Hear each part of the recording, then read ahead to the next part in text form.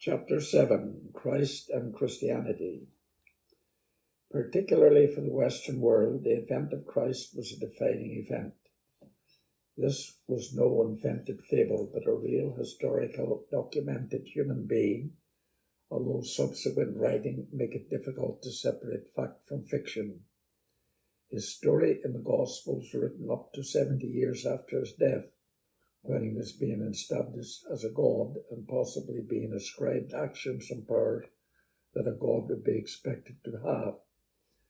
However, regardless of fact or fiction, I feel his story requires a lot more study than what has been ascribed to it. What we do know is that he was Jewish, born to a traditional Jewish family, where it was every mother's wish to deliver a Messiah. The virgin birth presents a difficulty. However, it should be noted that his cousin John the Baptist was reputed to also have had a questionable conception. Could there have been something in the DNA of this family? And one must not forget the influence of the Spirit.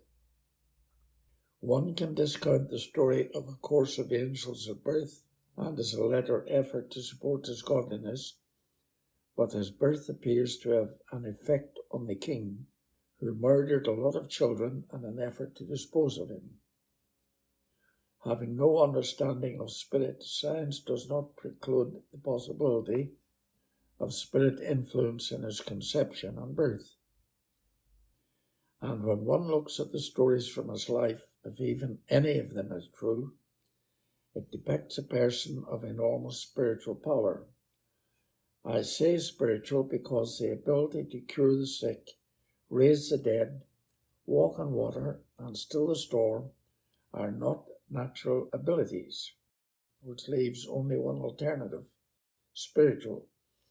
So without seeking to exaggerate, we can only look at him, his history, and the times in which he lived.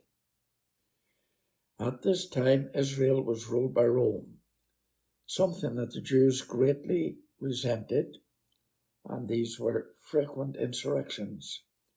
Their only hereditary king, Herod, was a surrogate and a friend of Rome and unlikely to rebel. This did not prevent sections of the people wishing for and seeking a leader to free them of the Roman yoke.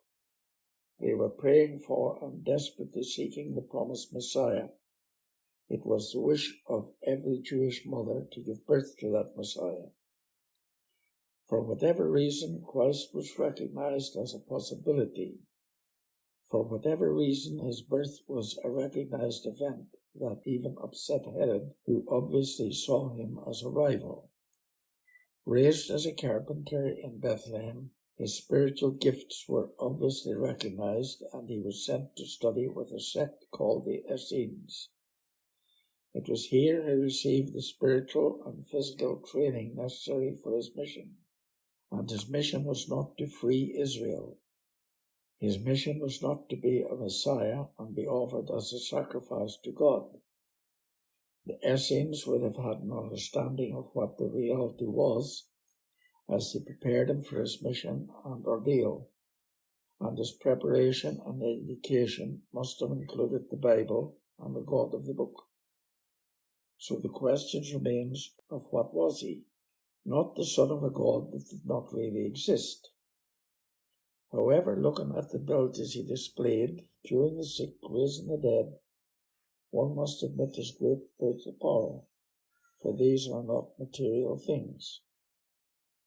They do, however, point to the possibility of great spiritual presence in his persona, and the only logical answer to this is that it was somehow part of his conception. 20 years of study with Essenes, who were obviously an educated sect, and yet we have no evidence of his having written anything. One would think they would not have let the first son go into oblivion without his having written something. Perhaps it is still awaiting discovery. A look at his short history shows a Jewish man preaching and teaching a gospel of peace, love, non-violence, within the context of Jewish faith, and as he said, his teaching was not the old, violent gospel of Moses, but a new way for people to live. He was not interested in revolution against Rome, something that put him offside from a lot of his followers. They were claiming for him the status of Messiah when they hoped he would lead them to freedom from Roman rule. They saw the undoubted powers that he wielded and could not understand his refusal. He did not preach against Rome rule, but did reserve excessive criticism for the Jewish leaders, King Herod, the temple, the government, and the high priests. This does not mean that he was not tempted to use his powers in a materialistic agenda. He was tempted to rule the world, to pull down the temple, but he resisted it all. That is what a lot of his followers could not understand, and probably was the reason for his betrayal. They were hoping that faced with the personal torture and death, he would rise up to save himself. They completely misunderstood what he was about, and the theory of what if helps us to understand this. He was a man of extraordinary powers in a world where power ruled and was endemic in humans. It had to be shown that it was possible for humans to resist the abuse of power in their lives.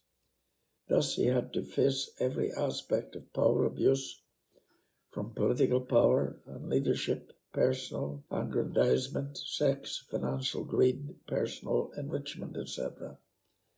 And he succeeded in this even to the point of extreme physical torture and a terrible death. And he succeeded, he conquered, he resurrected what it was all about.